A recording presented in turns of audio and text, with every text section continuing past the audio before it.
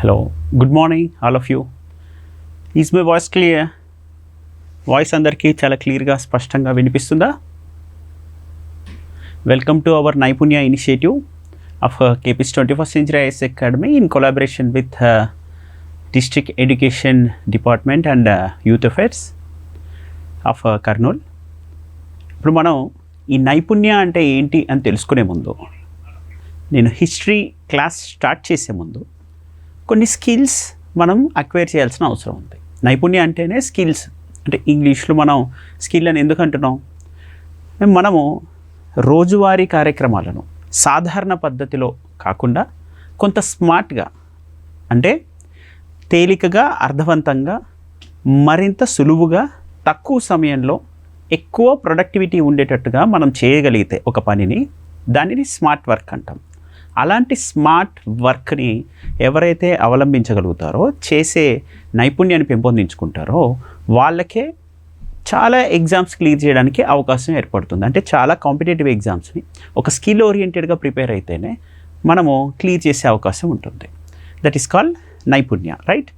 So ఇప్పుడు ఈ smart skills మనం ఎలా డెవలప్ చేసుకోవాలి అని చెప్పే ముందు, ఒక సబ్జెక్ట్ స్టార్ట్ చేసే ముందు కొన్ని ఉదాహరణలు చూపిస్తాను. అసలు స్మార్ట్ అంటే ఏంటి? మనం రోజు చదువుతున్నటువంటి సబ్జెక్ట్స్ని ఇప్పుడు ఇక్కడ చూస్తే మీరు హిస్టరీ అనే సబ్జెక్టే చూద్దాం. హిస్టరీలో ఒక క్వశ్చన్ ఉంది ఇక్కడ మీకు. ఈ హిస్టరీ సబ్జెక్ట్ స్టార్ట్ చేసే ముందు స్మార్ట్ స్కిల్స్ అంటే ఏంటో తెలుసుకుంటేనే ఆ సబ్జెక్ట్ని స్కిల్ ఓరియంటెడ్గా, అనలిటికల్గా చదవచ్చు కదా. అందుగురించే ఇప్పుడు నేను హిస్టరీ క్వశ్చన్ డిస్ప్లే చేసి చెప్తున్నా. ఇక్కడ మనకి మన రాయలసీమ ప్రాంతంలోనే, ఇప్పుడు మీరందరూ కర్నూలు వాసులు, అలా కర్నూలులో మనం కర్నూలు కాకుండా ఉమ్మడి జిల్లాల కేంద్రంగా తీసుకుంటే రాయలసీమలో 4 జిల్లాలు ఉంటాయి, రైట్? తెలుసు కదా మీకు. ఆ ప్రాంతానికి సంబంధించినటువంటి మదనపల్లిలో, ఆంధ్రప్రదేశ్లో ఈ కింది స్టేట్మెంట్స్ ఏది కరెక్ట్ అని అడిగారు. ఇది ఏ క్వశ్చన్ తెలుసా? విద్యార్థులందరూ గమనించాలి. ఇది యూపీఎస్సీ అంటే union public service commission. Union public service commission అని కేంద్రంలో ఉన్న ఒక స్వయం ప్రతిపత్తి సంస్థ, అది ఇండిపెండెంట్గా రన్ అవుతుంటుంది. ఆ యూపీఎస్సీ ఐఏఎస్, ఐపీఎస్ లాంటి సర్వీసెస్కి ఎగ్జామ్స్ కండక్ట్ చేస్తుంది, తెలుసు కదా. సివిల్ సర్వీస్ ఎగ్జామ్స్ కండక్ట్ చేస్తుంటుంది. ఆ common civil service exam IAS, IPS మాత్రమే కాకుండా ఇంకా 23 టైప్స్ ఆఫ్ సర్వీసెస్ ఉంటాయి. వీటన్నిటికీ కలిపి కండక్ట్ చేస్తున్న ఆ కామన్ సివిల్ సర్వీస్ ఎగ్జామ్లోని క్వశ్చన్ ఒకటి డిస్ప్లే చేశాను మీకు నేను. ఈ క్వశ్చన్ చూడండి. మదనపల్లి ఆంధ్రప్రదేశ్లోని ఒక ప్రాంతం గురించి అడుగుతున్నారు. ఇందులో ఏది కరెక్ట్ అని అడుగుతున్నారు.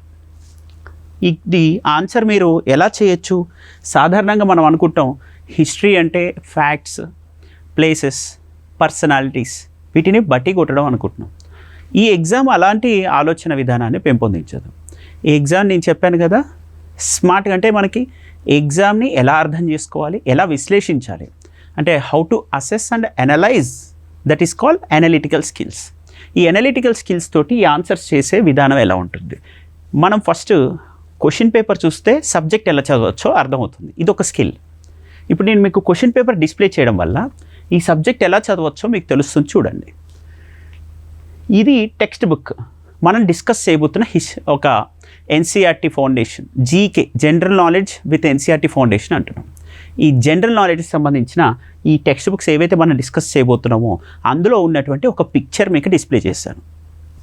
ఈ picture Jana Gana Mana was translated by Gurudev Rabindranath Tagore from Bengali to English in February 1919 at Madanapalle in the district of Chittoor. మళ్ళీ ఒకసారి చదువుతున్నాను చూడండి. మనకి తెలుసు ఇది నేషనల్ యాంథమ్. ఈ నేషనల్ యాంథమ్ని ట్రాన్స్లేట్ చేయడం జరిగింది. ఏ భాష నుండి ఏ భాషలోకి? బెంగాలీ భాష నుండి దాన్ని మనం ఇంగ్లీష్ భాషలోకి అనువదించి అర్థం చేసుకోవడం జరుగుతుంది. అది ఎవరు చేశారో? జనగణమన రాసిన రవీంద్రనాథ్ ఠాగూరే స్వయంగా తన బెంగాలీ భాష నుండి ఇంగ్లీష్లోకి దాన్ని ట్రాన్స్లేట్ చేయడం జరిగింది.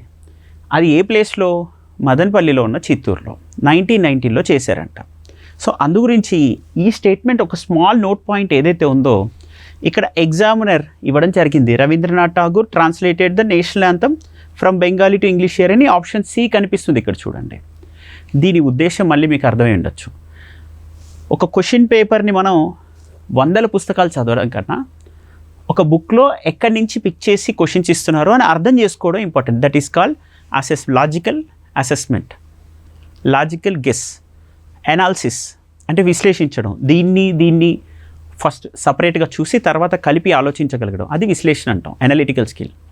ఇటువంటి స్కిల్స్ డెవలప్ చేసుకున్నాం. కానీ ఇంకొక మౌలికమైన అంశం అందరూ గుర్తుపెట్టుకోవాలి, అసలు ఎందుకు అడుగుతున్నారు ఈ ప్రశ్నలు, హిస్టరీ ఎందుకు చదవాలి, ఎందుకు అడుగుతున్నారు ఈ క్వశ్చన్స్ అంటే మళ్ళీ ఒకసారి చూడండి. అడిగే విధానం ఒకటే, అడిగే లక్ష్యం ఒకటి ఉంటుంది. మన ఫ్రీడమ్ ఫైటర్స్ ఎవరు, మన నేషనల్ యాంథమ్ ఏంటి, ఆ ఫ్రీడమ్ ఫైటర్స్కున్న ఐడియల్స్ ఏంటి, వాళ్ళకున్న ఆదర్శాలు ఏంటి, వాటిని సాధించడానికి మనం ఏమి పద్ధతులు అవలంబించాలి, ఆ ఫ్రీడమ్ ఫైటర్స్ ఇస్తున్న ఐడియల్స్ కేంద్రంగా ఫ్యూచర్ని ఎలా బిల్డ్ చేసుకోవాలి, ఇలాంటివి మనకి నేర్పించాలి అనే ఉద్దేశంతో ఎగ్జామినర్ మైన్యూట్ డీటెయిల్స్ని కూడా తనే పబ్లిష్ చేసిన బుక్స్, అంటే ఎవరు ఎగ్జామినర్ ఎవరు ఇక్కడ, గవర్నమెంటే. ఎవరు పబ్లిష్ చేస్తున్నారు బుక్స్, గవర్నమెంటే. సింపుల్ కదా. సో గవర్నమెంట్ పబ్లిష్ బుక్స్లో గవర్నమెంట్ కొన్ని ప్రియారిటైజ్ చేసుకొని కొన్ని ప్రైవేట్ ఆథర్స్ నుంచి కూడా ఇస్తారు, మంచి రీసెర్చ్ స్కాలర్స్ చేసిన బుక్స్ నుంచి కూడా క్వశ్చన్స్ తీసిస్తుంటారు మనకి. సో అలా క్వశ్చన్స్ ఏవైనా మనకి ఇవ్వడంలో ఒక ఉద్దేశం ఉంటుంది, అది అర్థం చేసుకోవడం కూడా ఒక స్మార్ట్ అనలిటికల్ స్కిల్. ఏం ఉద్దేశం ఉంది, గవర్నమెంట్కి ఫ్రీడమ్ ఫైటర్స్ ఎవరు, మనం ఈరోజు అనుభవిస్తున్న ఈ స్వేచ్ఛకి కారకులు ఎవరు, వారి ఆదర్శాలు ఏంటి, వాళ్ళు చేసిన కాంట్రిబ్యూషన్ ఏంటి, వాళ్ళు ఏ ప్రాంతాల్లో ఏ పనులు చేశారు, దానివల్ల ఈరోజు మనకి ఏం లాభం చేకూరుతుంది అనే ఉద్దేశాన్ని మనం తెలుసుకోవాల్సినటువంటి అవసరం ఉంది. అందుకే ఈ క్వశ్చన్స్ ఇలా అడుగుతుంటారు, రైట్. ఇప్పుడు నేను మీకు ఇంకొక 36 ఎంత లాజికల్ స్కిల్ వర్క్ ఉండాలో చెప్తున్నాను చూడండి. Logical assessment and analytical skill అన్నానా. ఇక్కడ క్వశ్చన్ నెంబర్ 36 ఈ సంవత్సరంలో అడిగింది 2021 ఐఏఎస్ ఐపీఎస్ ఎగ్జామ్స్లో ఈ ఎన్సీఆర్టీ పుస్తకం నుండి 36వ ప్రశ్న అడిగారు కదా సెట్ ఏలో. 37వ ప్రశ్న ఇక్కడ కనిపిస్తుంది మళ్ళీ చూడండి. హిస్టరీలో ఒక ప్లేస్, ఇదిగోండి అవర్ పాస్ట్ వన్ అనే ఎన్సీఆర్టీ టెక్స్ట్ బుక్లో బూర్జహామ్ అనే ఒక ప్లేస్ ఉంది. ఈ ప్లేస్ కాశ్మీర్లో ఉంటుంది ప్రజెంట్. కాబట్టి ఇదేదో అజంతా ఎల్లోరా ఉన్నటువంటి రాక్ కట్ స్ట్రెయిన్స్ కాదు, అంటే కొండలను తొలచి శిల్పాలను నిర్మించే ప్రదేశాలు కావు. కాబట్టి దీన్ని ఎలిమినేట్ చేయడం, ఇది wrong pair, which of the following pairs are correctly matched అన్నాడు. ఇచ్చిన పేర్స్లో ఏది ఇన్కరెక్టో మనం ఐడెంటిఫై చేసుకుంటే అది ఎలిమినేట్ చేయడానికి ఈజీ అవుతుంది. ఈ రాంగ్ పేర్ కాబట్టి ఈ ఫస్ట్ ఆప్షన్ ఉన్నవి ఎలిమినేట్ అయిపోతాయి. ఈ ఫస్ట్ స్టేట్మెంట్ బూర్జహామ్ అంటే రాక్ కట్ స్ట్రెయిన్ కాదు, Burzahom is known for pit houses in the Kashmir అనమాట. అంటే ఇలా 36th క్వశ్చన్ ముందు మనకు అడిగింది ఎన్సీఆర్టీలోని ఒక text book social political life అని, ఇది హిస్టరీకి సంబంధించిందే. తర్వాత 37th క్వశ్చన్ కూడా మళ్ళీ హిస్టరీ టెక్స్ట్ బుక్లో నుంచి అడగడం జరిగింది. సో ఇలా 36, 37 క్వశ్చన్స్ చూశాక మీకు ఒక ఐడియా వచ్చి ఉండొచ్చు ఏంటంటే, అరే ఈ క్వశ్చన్స్ ఒక ఎగ్జామినర్ ఆర్డర్లో అనలైజ్ చేసి వాళ్ళు పబ్లిష్ చేసిన బుక్స్లో నుంచి కూడా తీసిస్తున్నారు. దీన్ని మనం అదే పద్ధతిలో చదివితే మనకి చాలా కాంపిటేటివ్ ఎగ్జామ్స్ని ఎలా అర్థం చేసుకోవాలో తెలుస్తుంది అనేది చెప్తున్నా, రైట్. ఇప్పుడు మనం నెక్స్ట్ ఇంకొక క్వశ్చన్స్ చూస్తున్నాం. ఇప్పుడు అశోకుడు మనకి తెలుసు. అశోకుడు మనం చిన్నప్పటి నుంచి చదువుతున్నటువంటి హిస్టరీ టెక్స్ట్ బుక్స్లో రకరకాల సోషల్ వెల్ఫేర్ యాక్టివిటీస్ చేసి ఉండొచ్చు అని వినుంటాం. కానీ అది తెలుసుకోవడం వల్ల ప్రయోజనం ఏంటి, దాని ఉద్దేశం ఏంటి, లక్ష్యం ఏంటి, అసలు అది ఎలా చదవాలి ఎగ్జామ్కి, ఇది తెలుసుకోవడం కదా స్కిల్ అంటే. నైపుణ్య ఇనిషియేటివ్ ఏంటి, మా 21st సెంచరీ ఐఏఎస్ అకాడమీ ఈ స్కిల్ ఇనిషియేటివ్ ఎందుకు తీసుకొచ్చింది, ఈ సిఎస్ఆర్ ప్రోగ్రామ్ అంటే మనం చదివే పద్ధతిలో కొన్ని మార్పులు రావాలి, మనం అర్థం చేసుకునే విధానంలో మార్పులు రావాలి, అంతేనా. ఇప్పుడు అశోకుని కాంట్రిబ్యూషన్ని మనం ఎలా అర్థం చేసుకోవాలని నేను చెప్పే ముందు ఒకసారి ఆలోచించండి. ఇప్పుడంటే మీకు ఆన్లైన్లో ఇలా వచ్చి మాట్లాడుతున్నాం, ఆన్లైన్లో మీకు నోటిఫికేషన్ వస్తుంది, గెజిట్లో రిలీజ్ అవుతున్నాయి చాలా విషయాలు, అంటే అఫీషియల్ గెజిట్ అంటారు దాన్ని. మనకి ఇప్పుడు సాఫ్ట్ కాపీస్, ఈ ఆన్లైన్ ఇంటరాక్షన్స్, గవర్నమెంట్ ఏ జీవో రిలీజ్ చేసినా ఏ చట్టం చేసినా మనకి నిమిషాల్లో చేరుతుంది. మరి 2300 సంవత్సరాల క్రితం ఊహించి చూడు, 2300 సంవత్సరాల క్రితం ఏ టెక్నాలజీ లేనప్పుడు ప్రజలకి ప్రభుత్వం సమాచారాన్ని ఏ రూపంలో ఇవ్వాలి, ఏ రూపంలో ఇస్తే ఆ సమాచారం ప్రజలందరికీ చేరే అవకాశం ఉంటుంది. ఆ రూపాన్నే ఇక్కడ ఇవ్వడం జరిగింది. అదే రూపం అంటే ఇన్స్క్రిప్షన్స్, అంటే శాసనాలు. శిలాశాసనాలు అంటే రాళ్లపైన ప్రభుత్వం వివిధ ప్రదేశాలలో, అంటే అశోకుడే అప్పుడు ప్రభుత్వం, రాజే ప్రభుత్వం అన్నమాట, గవర్నమెంట్ ఏం చేశాడు, ప్రజలకి కొన్ని మంచి విషయాలు చెప్పాలి, పెద్దల్ని గౌరవించాలి, గురువుల్ని గౌరవించాలి, తల్లిదండ్రులు గౌరవించాలి, రిలీజియస్ టాలరెన్స్ ఉండాలి, ఇలాంటివన్నీ విషయాలను అశోకుడు చెప్పాలి అనుకున్నాడు. తన ఒక ధర్మ సిద్ధాంతాన్ని ప్రవేశపెట్టాడు. దాన్ని ధమ్మ ఫిలాసఫీ అంటారు. ఓకే, ఇది పెట్టి ఇది మరి ప్రజలందరికీ చేరాలి కదా. చేరాలంటే అప్పట్లో టెక్నాలజీ లేదు కదా. లేనప్పుడు ఎలా చేయాలి? ఇదిగో ఇలా ఇన్స్క్రిప్షన్స్, శాసనాలు వేసి ఆ శాసనాల పైన సమాచారాన్ని ఇవ్వడం జరిగింది. తన ప్రిన్సిపల్స్ని పెట్టడం జరిగింది. ఆ ప్రిన్సిపల్స్ అందరూ చదివి అర్థం చేసుకొని ఇది గవర్నమెంట్ ఇచ్చినటువంటి ప్రిన్సిపల్, ఐడియల్, సో గవర్నమెంట్ ఇచ్చిన కొన్ని ఆదర్శాలు, లక్ష్యాలు, ఇవన్నీ సూత్రాలు, వీటిని మనం పాటించాలి అని ప్రజలందరూ భావించేవాళ్ళు. ఆ ఇన్స్క్రిప్షన్స్ మనం చదివితేనే మనకి చరిత్ర తెలుస్తుంది. అది నువ్వు అర్థం చేసుకోవాలి. ఆ శాసనాలు ఎందుకు వేశారు, వాటి ఉద్దేశం ఏంటి, ఎక్కడెక్కడ వేశారు అని అడుగుతున్నారు అందుకోసం. అంతేకాని హిస్టరీ అంటే అశోకుడు ఎక్కడెక్కడ శాసనాలు వేసాడు అవన్నీ బట్టి కొట్టమని కాదు. ఆల్ ఇన్స్క్రిప్షన్స్ బట్టి దాని ఉద్దేశం, నేపథ్యం తెలిస్తే మనకి లాజికల్ థింకింగ్ అనేది వస్తుంది. ఓకే, అంటే ఎగ్జామ్ ఓరియంటేషన్ ఏంటి, ఎగ్జామ్ ఇంట్రెస్ట్ ఏంటి, ఈ ఐఏఎస్, ఐపీఎస్ లాంటి ఎగ్జామ్స్తో పాటు ఇంకా రకరకాల ఎగ్జామ్స్ని మనం ఎలా క్లియర్ చేయొచ్చు అనే నాలెడ్జ్ అనేది కాన్సెప్చువల్గా బిల్డ్ అవుతుంది. ఇప్పుడు నేను చెప్పిన కాన్సెప్ట్ అంటే జస్ట్ అశోకుడు శాసనాలు వేయించాడు అని బట్టి కొట్టేస్తే కాదు కదా. వాటి ఉద్దేశం ఏంటి, లక్ష్యం ఏంటో తెలుసుకుంటే అప్పుడు ఒక్కొక్క దాని ప్రాధాన్యత మనకి తెలుస్తుంది. ఒక్కొక్క శాసనం, సపోజ్ ఇప్పుడు మనకి అశోకుడు కళింగలో ఒక యుద్ధం చేశాడు. కళింగ అంటే ప్రస్తుతం ఉన్న ఒడిషా. ఒడిషా ఎక్కడ ఉంటుంది నాన్న? ఇదిగో ఇక్కడ ఈస్ట్ కోస్ట్లో ఉంటుంది. ఈ ప్లేస్లో ఉన్నటువంటి ఈ ఒడిషా ఏంటి, కళింగ అని పిలువబడేది కదా. అక్కడ ఒక యుద్ధం జరిగింది. ఆ యుద్ధంలో అశోకుడు పరివర్తన చెందాడు. కొన్ని లక్షల మంది చనిపోయారు. ఈ సామ్రాజ్యవాదం, ఈ విస్తరణలో ఇన్ని లక్షల మందిని చంపి వధించి నేను ఏం చేయాలి? శవాలను పాలించాలా? ప్రజల్ని వధించడం కాదు కదా ఒక రాజు లక్ష్యం. అందు గురించి అశోకుల్లో వచ్చిన పరిణామాన్ని, ఆ పరివర్తనని తన ఇన్స్క్రిప్షన్స్లో చూపించాలి అనే లక్ష్యంతో కొన్ని శాసనాలు వేయించాడు ఆ ప్లేస్లో, కళింగలో, అంటే ఆ ఒడిషా ప్రాంతంలో. ఆ ఒడిషా ప్రాంతంలో వేయించిన ఆ శాసనమే ధౌలి శాసనం మొదటిది. అలాంటి ధౌలి శాసనం, ఇలా జౌగాడ శాసనం, ఇలాంటివి వేయించారు.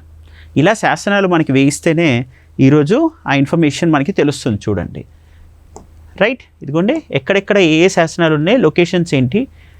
ఇక్కడ కల్సి, జౌగాడ, ఇవన్నీ నేను మీకు హైలైట్ చేశాను. వీటిని మ్యాచ్ ద ఫాలోయింగ్ అని అడిగాడు కదా. చూడండి, కల్సి మీరట్ పైన ప్రజెంట్ ఉత్తరప్రదేశ్ దాటి ఢిల్లీ ఆ సరిహద్దుల్లో ఉంటుంది. ఇక్కడ మనకి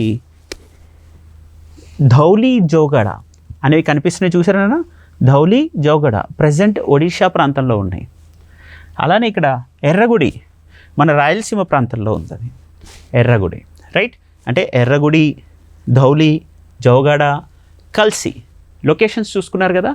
ఇప్పుడు ఈ ఆన్సర్ చేయగలమా లేదా చెక్ చేయండి. ధౌలి ఒడిషా కరెక్టే మ్యాచ్ అయింది కదా. ఎర్రగుడి ఆంధ్రప్రదేశ్ కరెక్ట్గానే మ్యాచ్ అయింది కదా. జౌగడ మధ్యప్రదేశ్ అన్నాడు, తప్పు కదా, ఇది ఒడిషాలో ఉంది కదా, మధ్యప్రదేశ్ కాదు కదా. కల్సి కర్ణాటక అన్నాడు, తప్పు కదా, ఇది మీరట్ పైన ఉత్తర భారతదేశంలో, అది కూడా ఢిల్లీ సరిహద్దుల్లో ఉన్న ప్రాంతం. సో అప్పుడు అది తప్పు కదా, కల్సి కర్ణాటక కాదు కదా. అంటే ఎన్ని పేర్స్ కరెక్ట్ ఇక్కడ? ధౌలి ఒడిశా కరెక్టే, ఎర్రగుడి ఆంధ్రప్రదేశ్ కరెక్టే, ఈ జౌగడ, కల్సి రాంగ్లీ మ్యాచ్డ్. సో అప్పుడు ఆప్షన్ 3 and 4 ఈ రెండు కూడా ఇన్కరెక్ట్ కదా. ఇన్కరెక్ట్ అయినప్పుడు పైన ఇచ్చిన వాటిలో ఎన్ని పేర్స్ కరెక్టే? పైన ఇచ్చిన వాటిలో 2 పేర్స్ మాత్రమే కరెక్ట్. ఇదిగో ఆ 2 పేర్, ఓన్లీ 2 పేర్స్ కరెక్ట్ అనే ఆప్షన్ బిని మనం చూస్ చేసుకుంటాము. అంటే ఎంత అనాలిసిస్ ఉంది చూడండి ఇందులో. ఈ ఆన్సర్ చేయాలంటే స్కిల్స్ కావాలి, నాలెడ్జ్ మాత్రమే కాదు. మన నాలెడ్జ్ని ఎలా అప్లై చేయాలో తెలుసుకోవడమే స్కిల్స్.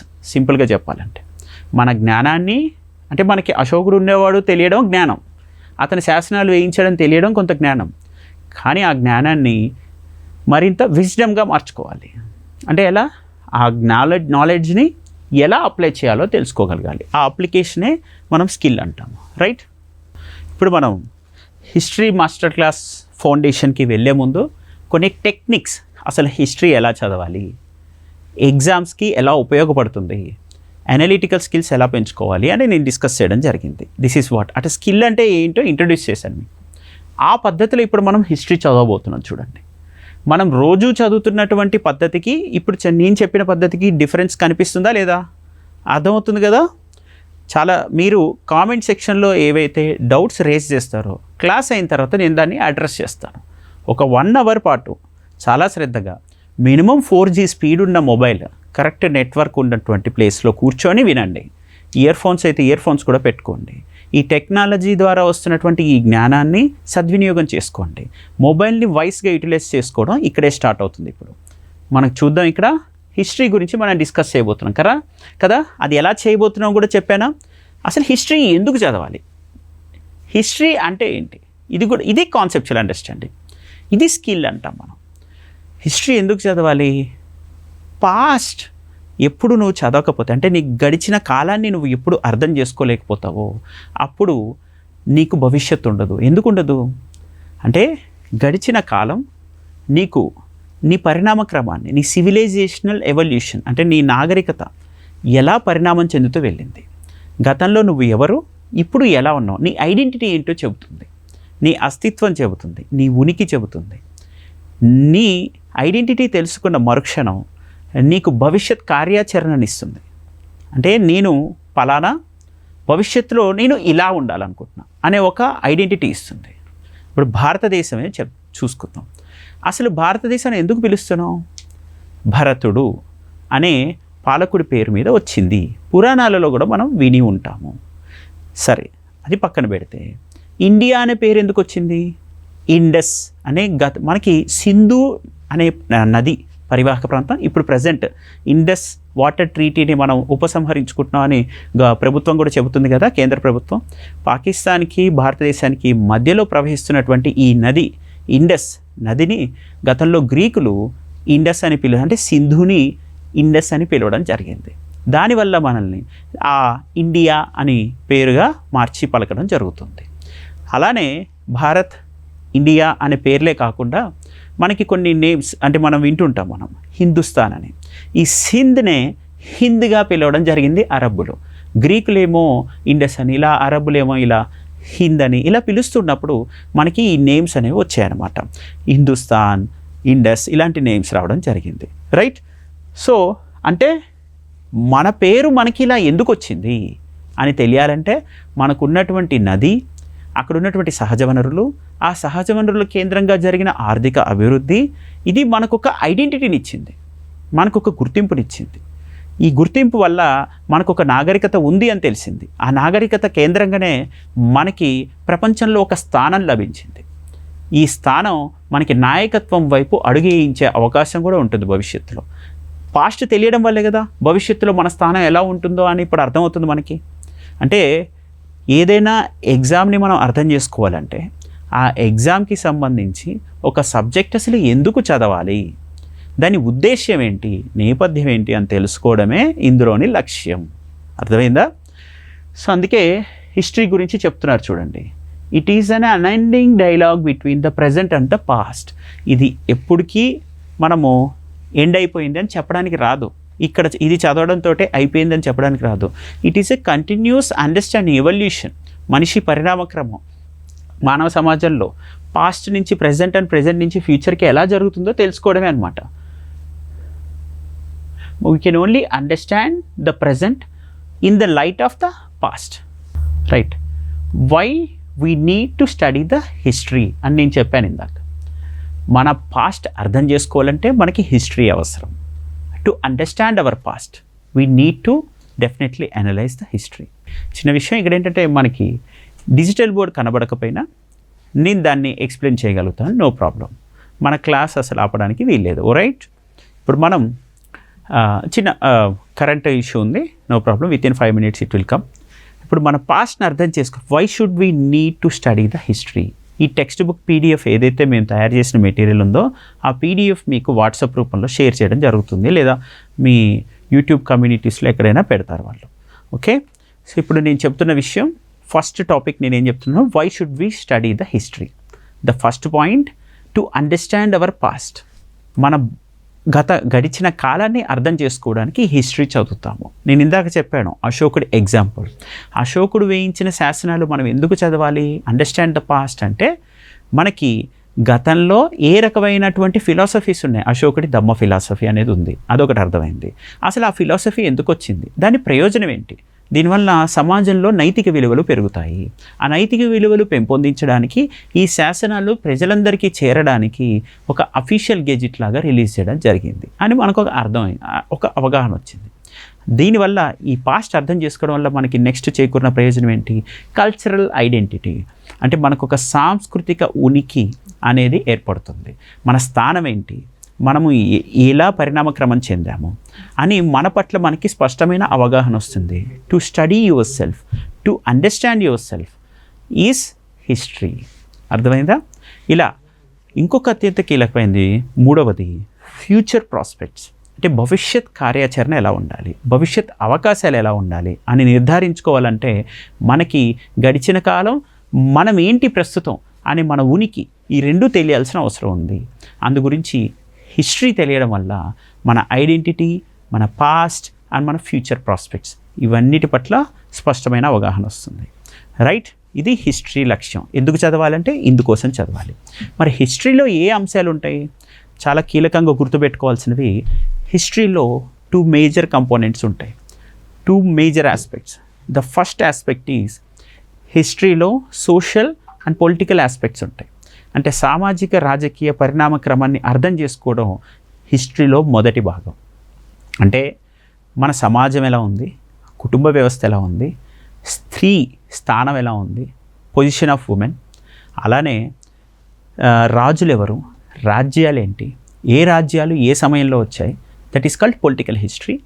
ఓకే, ముందు చెప్పినటువంటి society, family, position of women and different sections of the society, అంటే వివిధ వర్గాలు ఎలా ఉన్నాయి, అంటే వ్యాపార వర్గం ఎలా ఉంది, వృత్తి వర్గం ఎలా ఉంది, ఇలా అంటే వివిధ సామాజిక నేపథ్యాలు ఉన్న వాళ్ళ జీవన పరిణామక్రమం ఎలా ఉంది అని అర్థం చేసుకుంటూ, అలానే పొలిటికల్గా ఏ రాజులు ఏ కాలంలో ఏ ప్రాంతాన్ని పాలిస్తూ వచ్చారు అని తెలుసుకోవడం ఉంటుంది.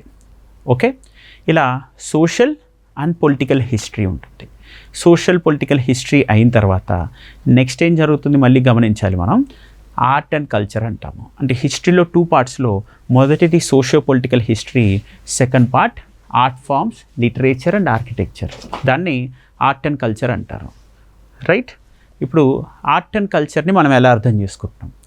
ఆర్ట్ అండ్ కల్చర్ అంటే అసలు ఈ ఆర్ట్ ఫామ్, లిటరేచర్, ఆర్కిటెక్చర్ లేకపోతే మనకి ఈ సోషియో పొలిటికల్ హిస్టరీ అర్థం కాదు. ఎందుకని? ఏదైనా ఆర్ట్ ఫామ్ అంటే ఒక మ్యూజిక్ కానీ, ఒక డ్యాన్స్ ఫామ్ కానీ, ఒక శిల్పం కానీ, స్కల్ప్చర్ కానీ, ఇదంతా ఆర్ట్ ఫామ్లో పార్ట్. ఈ ఆర్ట్ ఫామ్స్ అంటే కళలు. ఈ కళలు లేకపోతే మనిషి సామాజిక రాజకీయ పరిస్థితి ఎలా రిఫ్లెక్ట్ అవుతుంది, ఎలా అర్థం చేసుకోగలం? రైట్? మనుషుల ప్రవర్తన, పరిణామాన్ని మొత్తం ఈ ఆర్ట్ ఫామ్ రిఫ్లెక్ట్ చేస్తుంది. వాళ్ళ పరిణామాన్ని అర్థం చేసుకోవాలంటే లిటరేచర్ ఇంపార్టెంట్. అంటే సాహిత్యం, వాంగ్మయం, రాసిన పుస్తకాలు లేకపోతే, ఆ పుస్తకాలలో మన చరిత్రను మనం చదువుకోకపోతే మనకి ఎలా ఈ సోషల్ అండ్ పొలిటికల్ హిస్టరీ తెలుస్తుంది?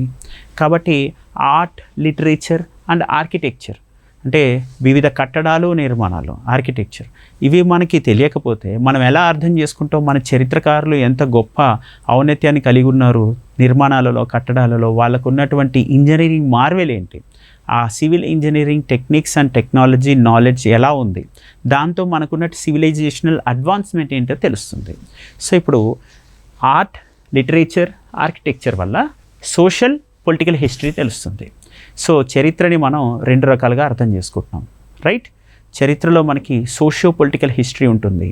అందులో సొసైటీ అండ్ కింగ్డమ్స్ ఎలా ఎవాల్వ్ అవుతూ వచ్చాయి అనేది అర్థం చేసుకుంటాం.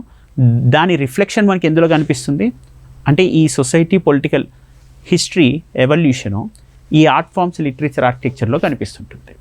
దాని ద్వారానే మనం ఈ సొసైటీని అర్థం చేసుకోవడం జరుగుతుంది. రైట్? ఇది 2 భాగాలుగా మనం అర్థం చేసుకొని, అందుకే యూపీఎస్సీలో ప్రిలిమినరీ అండ్ మెయిన్స్ ఎగ్జామినేషన్లో సోషియో పొలిటికల్ హిస్టరీ మీద ఎక్కువ ఫోకస్ ప్రిలిమ్స్ మీద పెడుతూ, మెయిన్స్లో ఆర్ట్ ఫామ్స్, లిటరేచర్, ఆర్కిటెక్చర్ మీద ఎక్కువ ఎంఫసైజ్ చేస్తారు. ప్రిలిమ్స్ అనేదేమో ఎంసీక్యూ ఓరియంటెడ్గా ఉంటుంది, మల్టిపుల్ చాయిస్ క్వశ్చన్స్తో ఉంటుంది, ఏబిసిడి ఆప్షన్స్తో. మెయిన్స్ ఎగ్జామినేషన్ మనకి డిస్క్రిప్టివ్గా ఉంటుంది, అంటే రిటర్న్ ఎబిలిటీ ఉన్న వాళ్ళు ఇది క్లియర్ చేయడానికి అవకాశం ఉంటుంది. రైట్, నేను ఇందాక చెప్పాను కదా, హిస్టరీ పాస్ట్ అర్థం చేసుకుంటావు, కల్చరల్ ఐడెంటిటీ వస్తుంది, దాని తర్వాత ఫ్యూచర్కి ఫౌండేషన్ ఏర్పడుతుంది. నేను ఇందాక చెబుతున్నటువంటి క్లాస్లో మీకు తెలిసిన విషయం. రైట్, అలానే మన మిస్టేక్స్ ఏంటో తెలుస్తాయి, మన సోషల్ డెవలప్మెంట్ అండ్ మనకి భవిష్యత్తులో ఇంకా స్ఫూర్తిదాయకంగా ఎలా వ్యవహరించాలని కూడా నాలెడ్జ్ రావాలంటే హిస్టరీ అవసరం అని చెప్పాను. అలానే హిస్టరీలో 2 పార్ట్స్ ఉంటాయని చెప్పాను. మొదటిది మనకి హిస్టరీలో ఉన్న పార్ట్ ఇదిగో సోషియో పొలిటికల్ హిస్టరీ. ఇందులో ఈవెంట్స్, డిఫరెంట్ కింగ్స్, కింగ్డమ్స్, వాళ్ళ క్రొనాలజీ తెలుస్తుంటుంది. ఇంకా second part art and culture. ఈ ఆర్ట్ అండ్ కల్చర్ వల్ల మనకి మ్యూజిక్, డ్యాన్స్, లిటరేచర్ ఎలా ఈ సోషో పొలిటికల్ హిస్టరీని రిఫ్లెక్ట్ చేసే తెలుస్తుంటుంది. ఇప్పుడు మనం చిన్నప్పుడు అక్బర్, బీర్బల్ కథలు విని ఉంటాం. ఆ కథలన్నీ ఎలా తెలుస్తాయి? లిటరేచర్ వల్ల తెలుస్తాయి. అలానే మనం కాళిదాసు రచనలు విని ఉంటాం. ఆ రచనలు ఎలా తెలుస్తున్నాయి? లిటరేచర్ వల్లే తెలుస్తుంది. ఆ లిటరేచర్ వల్ల అప్పుడున్నటువంటి కింగ్స్ ఎలా ఆలోచించేవాళ్ళు, వాళ్ళ వ్యవహార శైలి ఏంటి, వాళ్ళ సోషల్ కండిషన్స్ ఏంటి, వాళ్ళ కల్చరల్ అండర్స్టాండింగ్ మనకి తెలుస్తుంది ఆ లిటరేచర్ వల్ల. రైట్, ఇప్పుడు చరిత్ర పరిణామ క్రమాన్ని మనం చూడాల్సినటువంటి అవసరం ఏర్పడింది. మళ్ళీ చెప్తున్నాను చూడండి, ఈ ఎగ్జామ్ చదివే విధానంలో నేను చాలా స్పష్టంగా చెప్పాను, ఇది ఎందుకు చదువుతున్నాం, దీని ఉద్దేశం ఏంటి అని తెలుసుకోవడమే కదా. ఇది ఎందుకు చదువుతున్నాం అంటే ఈ పరిణామ క్రమాన్ని మనము ఆరిజిన్ ఏంటి, అంటే మన మూలాలు ఏంటి, మన మూలాల ద్వారా ప్రస్తుతం ఏ స్థితిలో ఉన్నాం, భవిష్యత్తు ఎలా నిర్మించుకోబోతున్నాం అనేది మన గురించి చదువుకుంటున్నాం. That is called history. అదేంటి కదా మీకు చెప్పేది నేను. సో ఆ హిస్టరీ పర్స్పెక్టివ్లో హిస్టరీ ఆఫ్ ఇండియా చదువుతున్నాం మనం ఇప్పుడు. అందులో ఇండియన్ హిస్టరీ గురించి చదివేటప్పుడు మొట్టమొదటిసారిగా అసలు ఈ ఆర్ట్ ఫామ్స్, లిటరేచర్ ఏమీ లేనప్పుడు, ఆది మానవుల స్థితిలో ఉన్నప్పుడు, మనుషులు కనీసం బట్టలు ఎలా ధరించాలో తెలియనప్పుడు, ఇలాంటి నాగరికత లేనప్పుడు, ఆహారం వండుకోవడం కూడా తెలియని స్థితిలో ఉన్నప్పుడు మన చరిత్ర ఏంటి, మన పూర్వీకులు ఎలా ఉన్నారు, వాళ్ళ స్థితిగతులు ఏంటి అని అర్థం చేసుకోవాలి. అర్థం చేసుకోవాలంటే మనకి ఆ కాలాన్ని 3 భాగాలుగా విభజించి అర్థం చేసుకోవాల్సిన అవసరం ఏర్పడింది. మొదటి భాగం ఆ కాలంలో, అంటే మనకి ఏ విధమైన నాగరికత లేనప్పుడు, ఏ లిపి లేనప్పుడు, అంటే రాయడానికి ఏ భాష లేనప్పుడు, మాట్లాడడానికి ఏ భాష లేనప్పుడు, చదవడానికి ఏ రకమైనటువంటి అవకాశాలు లేనప్పుడు, మనుషులు దుస్తులు కూడా ధరించని స్థితిలో ఉన్నప్పుడు మనము చరిత్రని 3 భాగాలుగా చేసుకొని ఆలోచిస్తున్నాం. లిపి ప్రారంభమైన తర్వాత దాన్ని హిస్టరీగా అంటున్నాం. లిపి ప్రారంభం కాకముందు, అంటే స్క్రిప్ట్ ఏది లేకముందు, ఒక లాంగ్వేజ్ అండ్ స్క్రిప్ట్ స్టార్ట్ కాకముందున్న హిస్టరీ ప్రీ హిస్టరీ అంటున్నాం, అంటే చరిత్ర పూర్వయుగం అంటున్నాం. ఓకే, చరిత్రకి ముందు, అసలు చరిత్ర ప్రారంభం కావడానికి ముందు మనుషులు ఎలా ఉన్నారు అని తెలుసుకోవడాన్ని ప్రీ హిస్టారిక్ పీరియడ్ అంటాం. ప్రీ హిస్టారిక్ పీరియడ్ తర్వాత హిస్టారిక్ పీరియడ్. ప్రీ హిస్టారిక్ పీరియడ్లో మీకు చెప్పాను అప్పట్లో లాంగ్వేజ్ అండ్ స్క్రిప్ట్ లేదు. హిస్టారిక్ పీరియడ్లో లాంగ్వేజ్ అండ్ స్క్రిప్ట్ ఉంటుంది. మళ్ళీ స్పష్టంగా అర్థమైంది కదా. ఒక భాష, ఒక లిపి అనేది ప్రారంభమైనప్పుడే మనం హిస్టారికల్ పీరియడ్, హిస్టారికల్ ఎవల్యూషన్ అనేది చెప్తాం. భాష, లిపి ప్రారంభం కాకముందు దాన్ని ప్రీ హిస్టారిక్ పీరియడ్ అంటాము. ఆ ప్రీ హిస్టారిక్ పీరియడ్ గురించి డిస్కస్ చేసుకున్నప్పుడు మనకి 3 భాగాలు ఉంటాయి ప్రీ హిస్టారిక్ పీరియడ్లో. ఒకటి పేలియోలిథిక్, 2 మీజోలిథిక్, 3వది నియోలిథిక్ అంటారు. మళ్ళీ చూడండి, పేలియోలిథిక్, మీజోలిథిక్, నియోలిథిక్ అని 3 భాగాలుగా అనేవాళ్ళు ప్రీ హిస్టారిక్ పీరియడ్ని. లాంగ్వేజ్ అండ్ స్క్రిప్ట్ అసలు స్టార్ట్ కాని టైంలో. పేలియోలిథిక్ అంటే ఆ పాత రాతి యుగం, చాలా ఓల్డ్ స్టోన్ ఏజ్ అంటారు. And mesolithic middle stone age, neolithic new stone age అంటారు. ఏంటి స్టోన్ ఏజ్ ఏంటి అంటే, మళ్ళీ సింపుల్గా చెప్పాలంటే అప్పట్లో మనకి లాంగ్వేజ్ స్క్రిప్ట్ లేదు కాబట్టి ఎలా అర్థం చేసుకోవాలి చరిత్రని అంటే, వాళ్ళు వాడిన పరికరాలు, వస్తువుల ఆధారంగా మనం అర్థం చేసుకోవాలి. వాళ్ళు వాడిన పరికరాలు, వస్తువులు ఎలా ఉండేవి? చాలా రాళ్లతో, పెద్ద పెద్ద రాళ్లతో జంతువుల్ని, పచ్చి మాంసాన్ని చంపి తినేవాళ్ళు అనమాట. పెద్ద పెద్ద రాళ్లతో వాటిని చంపి తినేవాళ్ళు. అలా హిస్టరీ అనేది స్టార్ట్ అయింది. దానివల్ల వాళ్ళు ఉపయోగించిన రాళ్ళు కార్బన్ డేటింగ్ పద్ధతిలో ఆర్కియాలజిస్ట్ వెళ్ళి ఐడెంటిఫై చేస్తుంటే చాలా పెద్ద పెద్ద రాళ్ళు ఉపయోగించారని అర్థమైంది. వాళ్ళు స్టార్టింగ్లో ఆది మానవులుగా ఉన్నప్పుడు ఏ రకమైనటువంటి చరిత్రకు సంబంధించిన ఆనవాళ్ళు సరిగ్గా దొరకని సమయంలో వాళ్ళు లార్జ్ స్టోన్స్ యూజ్ చేసేవాళ్ళు.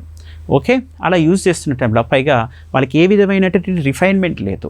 ఒక లాజికల్ రిఫైన్డ్ ఒక షార్పెన్ చేసి అంటే వాటి పదును పెంచి ఉపయోగించడం అనేది లేని సందర్భం అనమాట. చాలా వెనుకబడినటువంటి కాలంలో అది ఓల్డ్ స్టోన్ ఏజ్. అది ఇలా పేలియోలిథిక్ అంటాము. తర్వాత మిడిల్ స్టోన్ ఏజ్, కొంచెం ఆ ఉపయోగించినటువంటి రాతి పనిముట్లు అంటే the stone tools were very refined, sharpened, slowly chronologically they have observed it.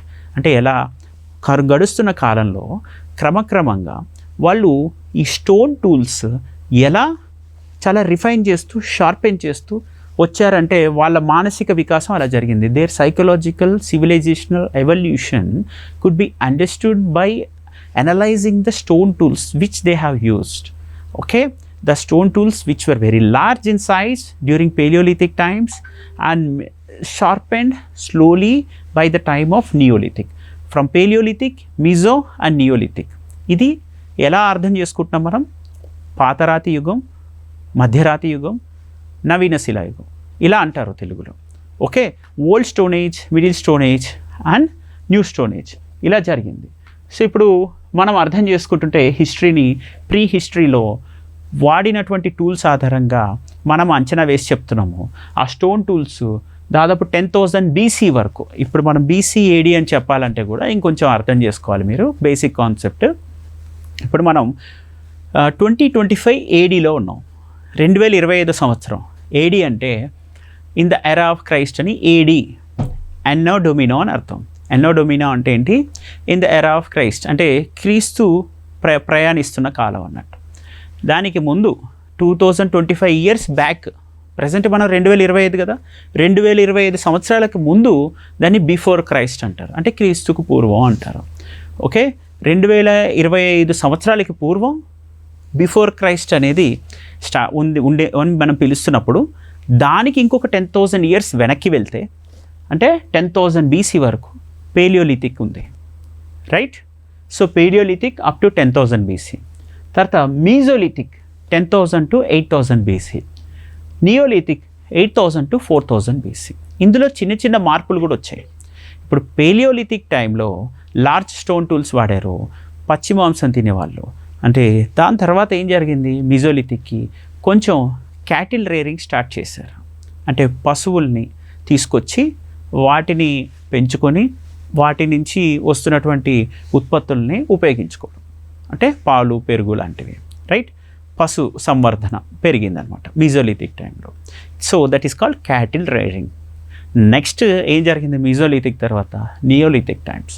Neolithic టైమ్స్లో ఈ పశు సంవర్ధన నుంచి స్లోగా అగ్రికల్చర్ అనేది స్టార్ట్ అయింది. అగ్రికల్చర్ ఎప్పుడైతే స్టార్ట్ అయిందో సెటిల్డ్ కమ్యూనిటీస్ వచ్చాయి. మీజోలిథిక్ టైంలో నోమాడిక్ ఉండేవాళ్ళు, అంటే తిరుగుతూ ఉండేవాళ్ళు. ఒక ప్రాంతం నుంచి ఇంకో ప్రాంతానికి గడ్డి భూములు ఎక్కడున్నాయో అక్కడికి వాళ్ళ పశువుల్ని వేసుకొని వెళ్ళేవాళ్ళు.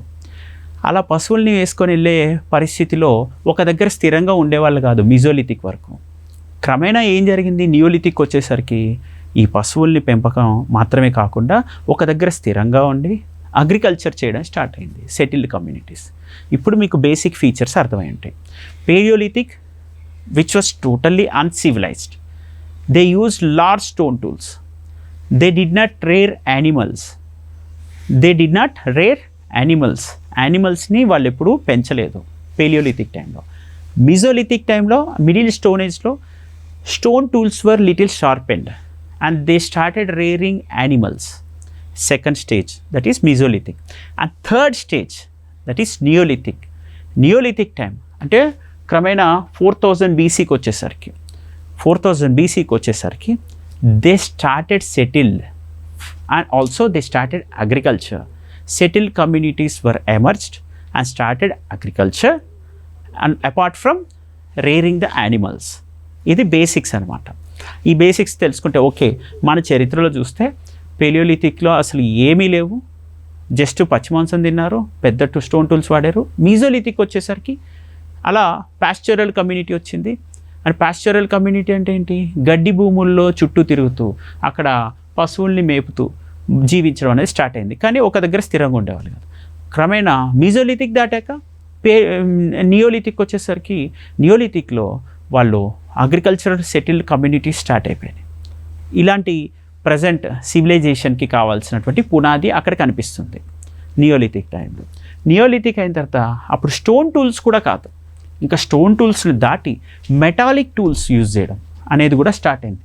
మెటాలిక్ టూల్స్ యూజ్ చేయడం చాల్కోలిథిక్ ఏజ్లో స్టార్ట్ అయింది. ఓకే, చాల్కోలిత్ అంటే ఎప్పుడైనా సరే రాయి అని అర్థం, రైట్? శిలా, లిత్ అంటే stone, lith, palaeolith old stone, mesolith middle stone, lith. So అలా చాల్కోలిత్, చాల్కో అంటే కాంస్యం అంటాం కదా, అంటే టిన్ అండ్ కాపర్ ఈ రెండు మిక్స్ చేస్తే, అంటే తగరము రాగి, టిన్ అండ్ కాపర్ ఈ రెండు మిక్స్ చేసిన అలై కాంస్యం అంటుంది, బ్రాంజ్. ఈ బ్రాంజ్ టూల్స్ యూజ్ చేయడం స్టార్ట్ అయింది. ఇలాంటి మెటాలిక్ అలాయ్స్ని యూజ్ చేయడం స్టార్ట్ అయినటువంటి ఎరా అది ఎప్పుడు 4000 బీసీ నుంచి 1500 బీసీ మధ్యలో. ఈ టైంలో చాల్కోలిథిక్ అనేది స్టార్ట్ అయింది. ప్రపంచం మొత్తానికి అప్పుడే మెటాలిక్ టూల్స్ యూజ్ చేయడం స్టార్ట్ అవ్వాల, కేవలం భారతదేశంలోనే చాలా ఎర్లీగా చాల్కోలిథిక్ ఎరా స్టార్ట్ అయింది.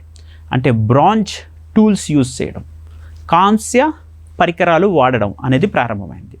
వేటి మిక్స్తో వస్తుంది ఇది? టిన్ అండ్ కాపర్ మిక్స్తో వచ్చినటువంటి ఈ అలాయ్స్, ఈ అలాయ్స్ని యూజ్ చేయడం అనేది స్టార్ట్ అయింది, మిశ్రమాలని వాడడం స్టార్ట్ అయింది, రైట్? ఇలా భారతదేశ చరిత్ర చూస్తే మొత్తం పరిణామ క్రమంలో మనకి మొట్టమొదటిగా ఏ లాంగ్వేజ్ స్క్రిప్ట్ లేనప్పుడు ఎన్ని ఎరాస్ ఉండేనా? ఒకటి పేలియోలిథిక్ ఏజ్ ఉంది, తర్వాత మిజోలిథిక్ ఉంది, తర్వాత మనకి నియోలిథిక్ అండ్ చాల్కోలిథిక్ అని ఇలా 4 స్టేజెస్ ఉన్నాయి. లాంగ్వేజ్ అండ్ స్క్రిప్ట్ లేని ప్రీ హిస్టారిక్ టైంలో. స్క్రిప్ట్ అండ్ లాంగ్వేజ్ స్టార్ట్ అయ్యాక హిస్టారిక్ టైంలో అప్పుడు మనకి ఈ హరప్పన్ కల్చర్, వేదిక్ కల్చర్, ఈ జైనిజం అనేది స్టార్ట్ అవుతాయి అన్నమాట మెల్లగా. ఇదిగో హరప్పాలో స్క్రిప్ట్ ఉన్నా చదవడానికి రాదు, హరప్పా సింధు కల్చర్ చూస్తే. సో స్క్రిప్ట్ ఉన్న చదవడానికి రాదు కాబట్టి అయినప్పటికీ మనం దాన్ని హిస్టారిక్ పీరియడే అంటాం, ఎందుకంటే అప్పుడు దొరికినటువంటి వస్తువుల ఆధారంగా. ఇప్పుడు మళ్ళీ ఒకసారి రీక్యాప్ చేద్దాం చూడండి.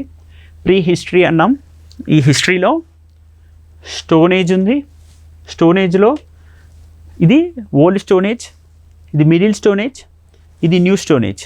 వాటికి సంబంధించిన year old stone age 10,000 BC ముందు ఉన్నది, 10,000 to 4,000 బీసీ మధ్యలో ఉన్నది middle stone age, 6,000 to 0 BC దాకా వచ్చే వరకు అది నియోలిథిక్ స్టేజ్ అంట మనం.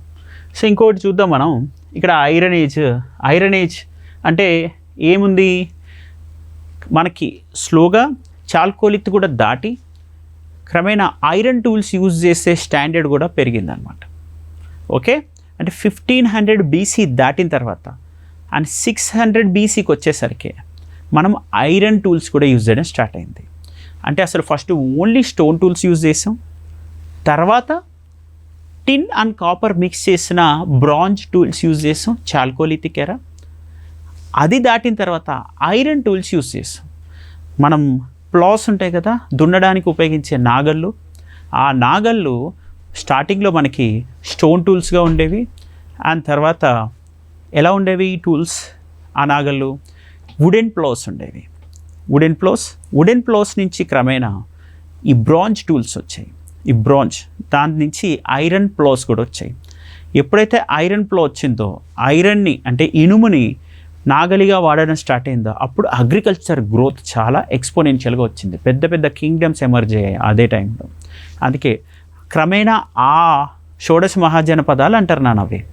ఆ టైం నుంచే మనకి మెల్లగా మగధ అనే పెద్ద సామ్రాజ్యం వచ్చి ఆ మగధ కింగ్ అశోకుడు అనేవాడు వచ్చాడు. ఓకే, ఈ పరిణామ క్రమం చూస్తేనే కదా మనుషుల్లో వస్తున్న సోషల్ డెవలప్మెంట్, ఎకనామిక్ డెవలప్మెంట్ క్రమక్రమేణా పెద్ద పెద్ద కింగ్డమ్స్ని క్రియేట్ చేసే కింగ్స్ వచ్చారు, ఒక కల్చర్ వచ్చింది, కల్చర్లో కమ్యూనిటీస్ వచ్చాయి, ఆ కమ్యూనిటీస్ సెటిల్డ్గా ఉన్నాయి. ఇలా రావడం అనేది జరిగింది. సో ఇప్పుడు మనం స్టోన్ టూల్స్ యూజ్ చేసే పద్ధతిని మీకు చెప్తున్నాను కదా, ఎలా ఉండేవి? చాలా లార్జ్ ఇది చాలా తక్కువ షార్పెన్ ఉండేవి, పెద్ద పెద్ద స్టోన్ టూల్స్ ఉండేవి. క్రమేణా నియోలిథిక్ వచ్చేసరికి చూడు ఎంత సన్నగా యూజ్ చేస్తున్నారు.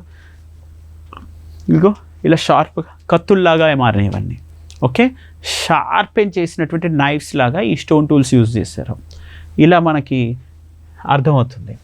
అప్పట్లో ఆ పాత యుగంలో ఏ స్క్రిప్ట్ లేనప్పుడు, ఏ లాంగ్వేజ్ లేనప్పుడు, ప్రీ హిస్టారిక్ టైంలో ఇలాంటి పెయింటింగ్స్ వేసేవాళ్ళు ఎప్పుడో 30,000 years బ్యాక్ మనకి ఈ పెయింటింగ్స్ కనిపిస్తున్నాయంట భీంబేట్కా అనే ప్లేస్లో.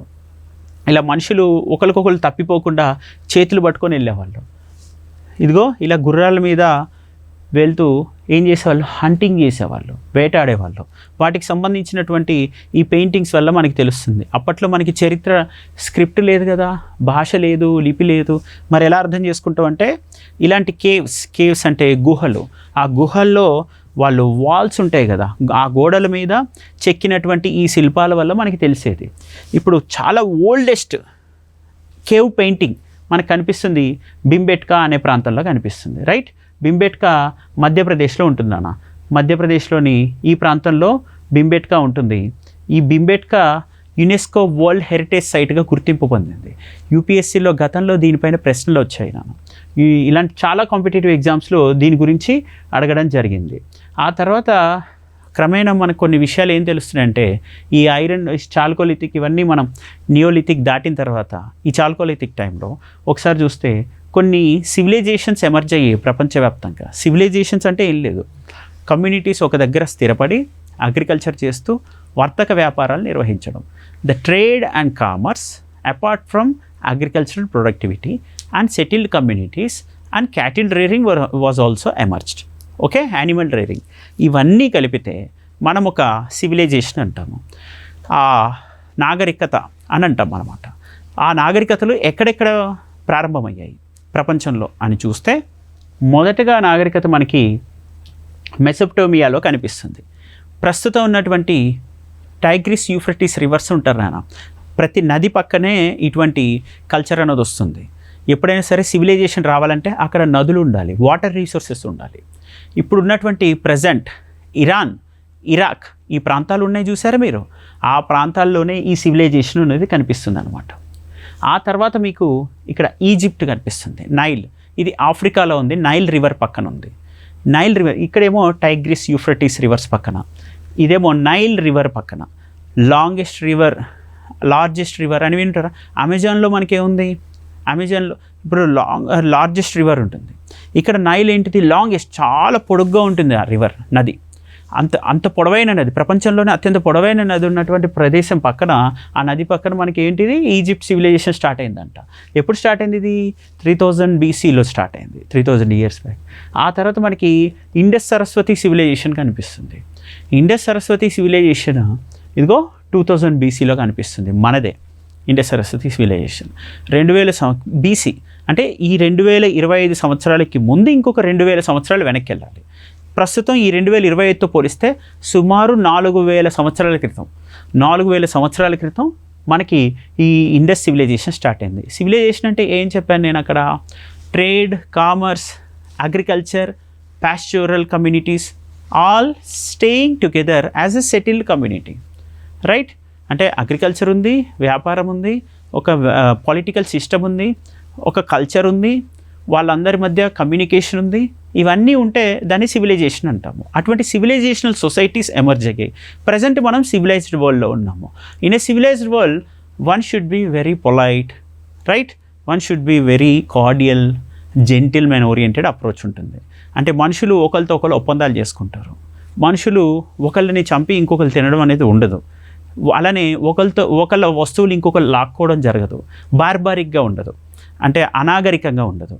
మనుషులు ఒప్పందాలు చేసుకోవడం అంటే ఇది నీకు అది నాకు, నేను ఈ పని నీకు చేసి పెడతానా, ఆ పని నువ్వు నాకు చేసి పెట్టు. ఇలా పరస్పరం చర్చించుకొని మాట్లాడుకొని ఒక దగ్గర స్థిరంగా ఉండి ఒక ఆలోచనలో పొలైట్నెస్ అనేది పెంచుకుంటే అది మీకు తేలిగ్గా అర్థం కాదని చెప్తుంది. అంటే ఇటువంటి జెంటిల్ బిహేవియర్ ఉన్నటువంటి సొసైటీస్ ఎమర్జ్ అయ్యాయి అనమాట.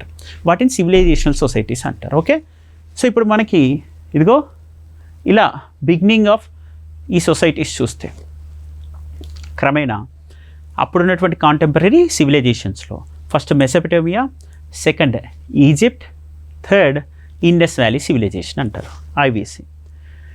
సో ఈ ఐవీసీ సివిలైజేషన్ చూస్తే దానికి ముందు ఒకసారి చూడండి, ఈజిప్ట్ ఎక్కడుంది నాన్న, నైల్ రివర్. ఈ ప్రపంచంలో మన ఇండియా ఎక్కడుందా, మన ఇండియా, ఇది ప్రపంచ పటం చూడండి.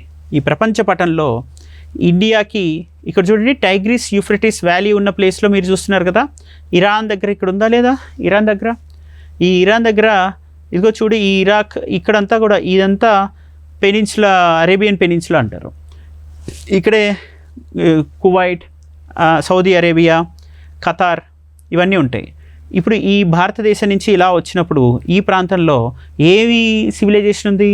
టైగ్రిస్ యూఫ్రటీస్ వ్యాలీ పక్కన మెసొపొటేమియా సివిలైజేషన్ ఉంది, ఈ నదుల పక్కన, ఈ వ్యాలీలో, ఈ లోయల దగ్గర. నెక్స్ట్ ఇక్కడ ఈజిప్షియన్ సివిలైజేషన్, ఈ నైల్ రివర్ పక్కన ఈ ఈజిప్ట్ సివిలైజేషన్ స్టార్ట్ అయింది. ఇది 3000 BCలో, ఇది 4000 BCలో ఉంటే ఇది 2000 BCకి వచ్చేసరికి మనకి హరప్పా సివిలైజేషన్ కనిపిస్తుంది.